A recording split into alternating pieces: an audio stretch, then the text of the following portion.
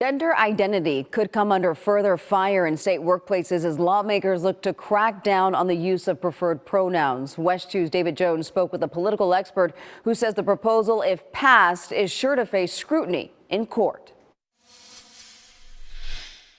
House Bill 1495 and Senate Bill 440, titled the Freedom of Conscience in the Workplace Act. The measures would ban any state agencies, from city and county governments to school districts, from requiring employees or contractors to refer to people using preferred pronouns if the pronouns do not match the person's biological sex. It would ban state agencies from placing any sex options other than male or female in job applications.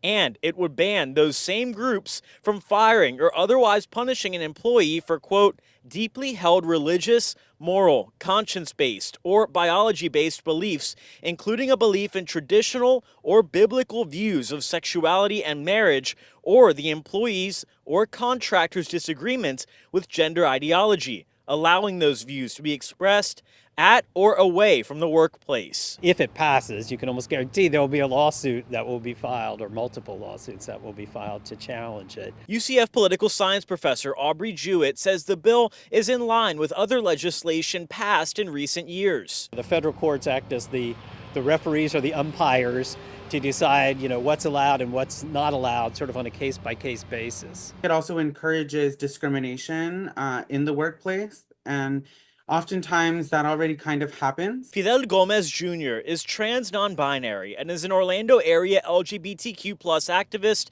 with the Hope Community Center. With the language that they're using in this bill is very specific to, that it's kind of allowed for the discrimination to happen. There are tons of people that, do work in these facilities that might be, maybe not really out about their, identity. In a statement, Seminole County Representative Rachel Plakin, one of the bill's sponsors, said, quote, "It's our intention that people will still be able to exercise their freedom of speech. If they want to identify with certain gender identities and pronouns, they still can under this bill. However, as a condition of employment, training, instruction, or other activity related to gender identity will not be required." David Jones, West 2 News.